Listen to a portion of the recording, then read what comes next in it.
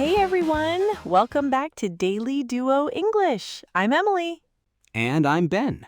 If this is your first time here, welcome. On this channel, we help you speak real, natural English for everyday situations. So picture this. You walk into a party, the room is full of people talking and laughing. You get a drink, you look around, and suddenly your brain goes completely blank. Oh, I know that feeling so well. You hold your cup with both hands, you smile politely, and you think, what do I say now?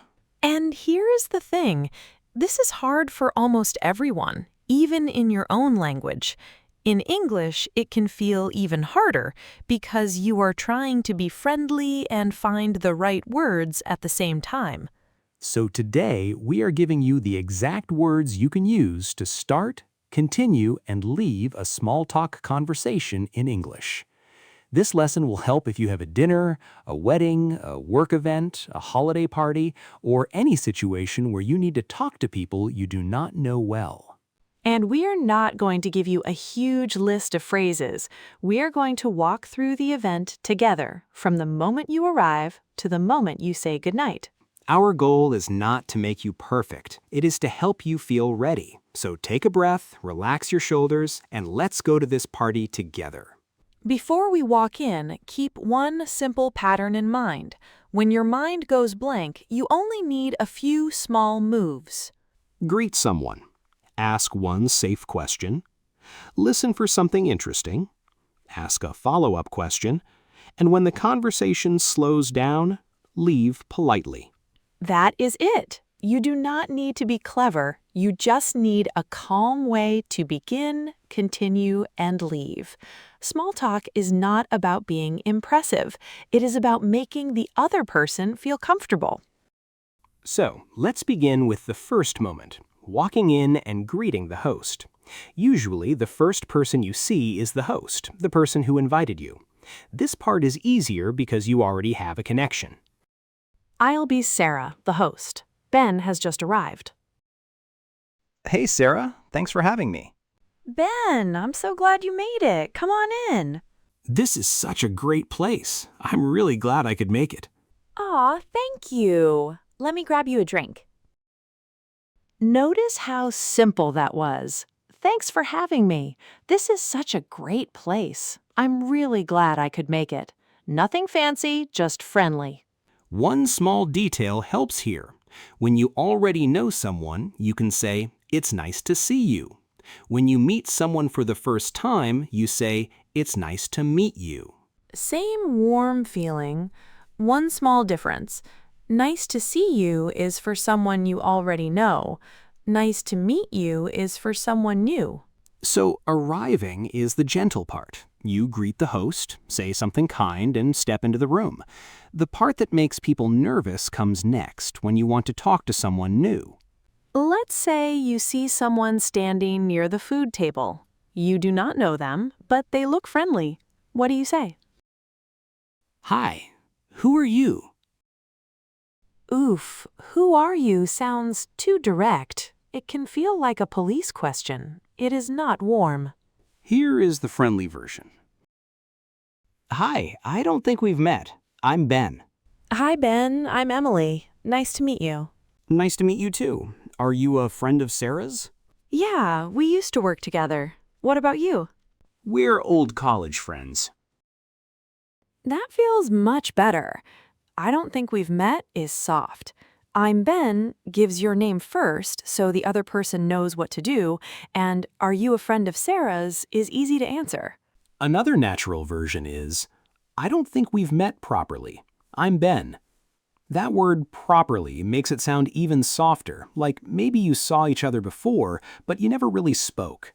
You can also ask, how do you know Sarah? Or how do you know the host? This works at almost any party because everyone is connected to the host in some way. If you are near the food, you can keep it even easier.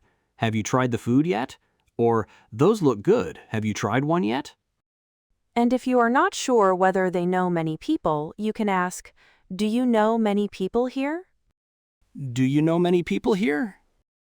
That question opens the door. They might say yes and explain who they know, or they might say, not really, and now you both feel a little less alone. The key is this. Start with the situation you are both in. The host, the food, the event, or the room.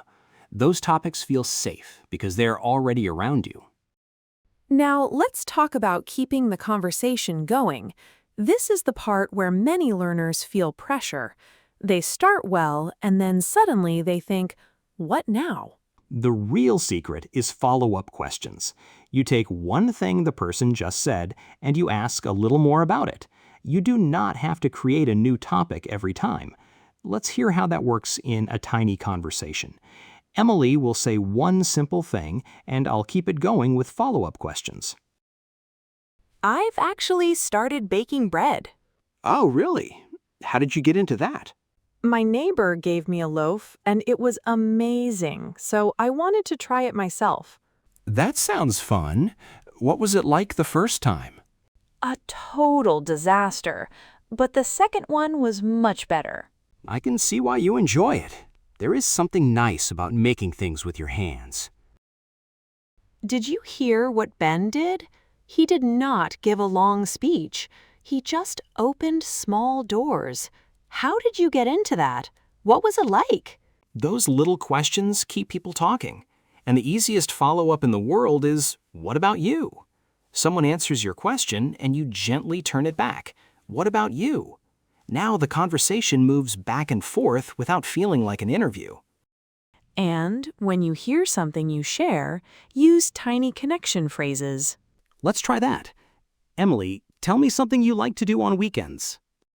On Sundays, I usually go for a long walk by the river. Oh, same here. I walk there too. No way! It is so peaceful in the morning, isn't it? It is. I know what you mean. I love it early. Did you hear those small connection phrases? Same here, it is. I know what you mean. They are simple, but they make the conversation feel warmer. And sometimes the person mentions something you have not tried yet, maybe a restaurant, a hobby, or a show. In that case, you can say, I've been meaning to try that.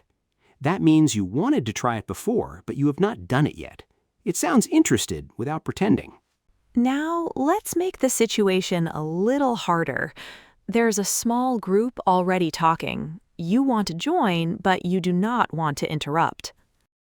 Before words, your body helps. Walk over slowly, stand near the edge, smile, and catch someone's eye. Many times, people will naturally make space for you. But here is the too much version first. Hey, what are you all talking about? Tell me everything. That is a little intense. It can feel like you are taking over the group. A softer way sounds like this. Mind if I join you? Of course, come on in. We were just talking about hiking. Oh, I heard you mention that. That sounds interesting. I'll just listen for a minute if that's okay. That feels kind. Mind if I join you? Asks permission. I'll just listen for a minute. Takes pressure off, because you do not have to say something brilliant right away. And if you hear one word from the conversation, use it. I heard you mention hiking. I heard you talking about that restaurant. I heard you say you just moved here. That shows you were paying attention, and it gives people an easy reason to include you. Now, let's talk about the awkward moments, the silence, the short answers, and yes, the moment when you forget someone's name. These things are normal. They do not mean you failed. You just need one calm phrase for each moment. So first, the long silence. You were chatting, and then suddenly, nothing. Yeah, this is kind of awkward. Try not to say, "This is awkward," out loud. It usually makes everyone feel it more. Instead, ask one new, easy question. So, have you been to one of Sarah's parties before? Oh, yes, a few times. She usually does one in the summer, too. That sounds nice. Do you know many people here? A few, but not everyone. See how that works? One small question fills the space. A short silence is not a disaster. It is just a pause. Another nice sentence is, I'm trying to meet a few new people tonight. That is honest but still friendly. It gives the other person a reason to be kind and open. Sometimes you try, and the conversation just does not grow. The other person gives short answers, long pauses, not much energy. And that is okay. The skill here is leaving kindly instead of standing there suffering. You do not need to say, "This is not working." You just give a simple, friendly exit. Well, it was really nice chatting with you. I'm gonna grab a drink. Of course. Nice meeting you. You too. I'll let you enjoy the party. Have a great night. That was polite and easy. You are not rejecting the person, you are just moving on. And at a party, you may hear the word mingle. To mingle means to move around and talk to different people. I'm going to mingle a little, but it was really nice talking with you. That is a natural party phrase. It tells the person you are going to talk to other people, but it still feels friendly. And now, the classic awkward moment. You are having a nice conversation, and then you realize you forgot the person's name. The less helpful move is to hide it and panic. The better move is warm honesty. I'm so sorry. Could you remind me of your name? Of course. It's Ben. Ben, right. I'm terrible with names, but I do remember we talked about hiking. Yes, by the river. That works because it is honest and kind. You forgot the name, but you remembered the person. That feels much better. And please remember, native speakers forget names too. A warm tone fixes a lot. Now, let's practice leaving a conversation politely. Many learners get stuck with one person for the whole night because they do not know how to step away. The trick is simple. Say something warm, give a small reason, and leave. It was really nice talking with you. I'm gonna go say hi to a friend, but I hope we catch up again later. Of course, go ahead. I'll catch you later. I'll catch you later means maybe we can talk again later. It is casual, friendly, and very common. You can also say, "I'm gonna grab some food, but it was great meeting you." Or, "I don't want to keep you, but I've really enjoyed chatting." I like that one because it sounds like you are being kind to them, even though you are the one leaving. And at the very end of the night, you usually say goodbye to the host. You can keep this short. You do not need a big speech at the door. Thanks again for inviting me. I had a really nice time. I'm so glad you came. Get home safe. It was great seeing you. Have a great night. And if you are saying goodbye to someone you met that evening, you can simply say, "It was great meeting you. Hope to see you again soon." Short and warm is enough. Before we put everything together, let's make sure you know which topics feel safe at the beginning. With people you have just met, start close to the event. You can talk about the host, the food, the place, or weekend plans. If the conversation feels comfortable, you can move into hobbies, travel, shows, music, work, or studies. Keep work and studies light at first. And go gently with topics that can feel too personal, like politics, religion, money, relationship status, and health problems. It is not about strict rules. It is about kindness. You can always go deeper when you know someone better. Also, try not to complain about the host, the food, or the other guests. Even as a joke, it can make the conversation feel negative. Now that we have the basics, let's put everything together in one short conversation. I'm arriving at Sarah's party. I do not know many people. Emily will play Sarah first, and then Maya, another guest. Hey, Sarah, thanks for having me. This is such a great place. Ben, I'm so glad you made it. Grab a drink and make yourself at home. Thanks. I'm really glad I could make it. There are some people by the food table if you want to say hi. Hi. I don't think we've met properly. I'm Ben. Are you a friend of Sarah's? Hi, Ben. I'm Maya. Yes, we do yoga together. What about you? We're old college friends. Do you know many people here? A few, but not everyone. I'm still meeting people too. Same here. I'm trying to say hello to a few people tonight. By the way, have you tried the food yet? It looks amazing. I have. The little dumplings are so good. I've had about 6. Me too. I love dumplings. Do you cook much? A little. I've actually been trying to learn. Oh, really? How did you get into that?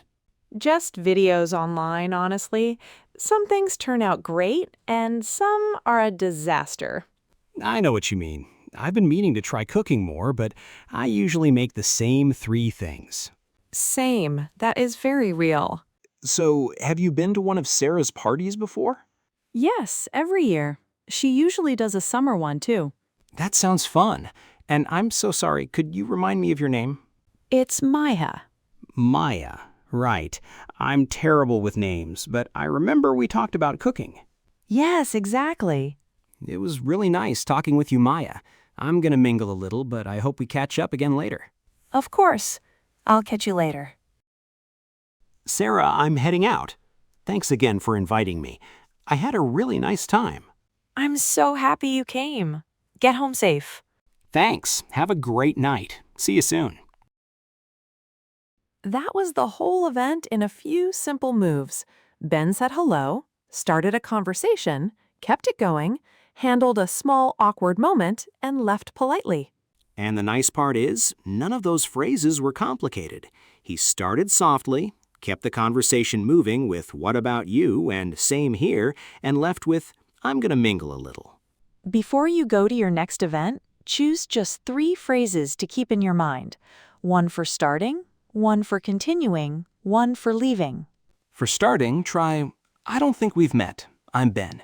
For continuing, try, how did you get into that? For leaving, try, "It was really nice talking with you. I'm going to mingle a little." You do not need perfect grammar to have a good conversation. You need a warm voice, a few safe questions, and the courage to begin. Small talk is not about being the most interesting person in the room. It is about making one small connection. And that is your complete guide to small talk at a party or social event in English. If this lesson helped you feel more ready, please subscribe and turn on notifications so you do not miss our next lesson.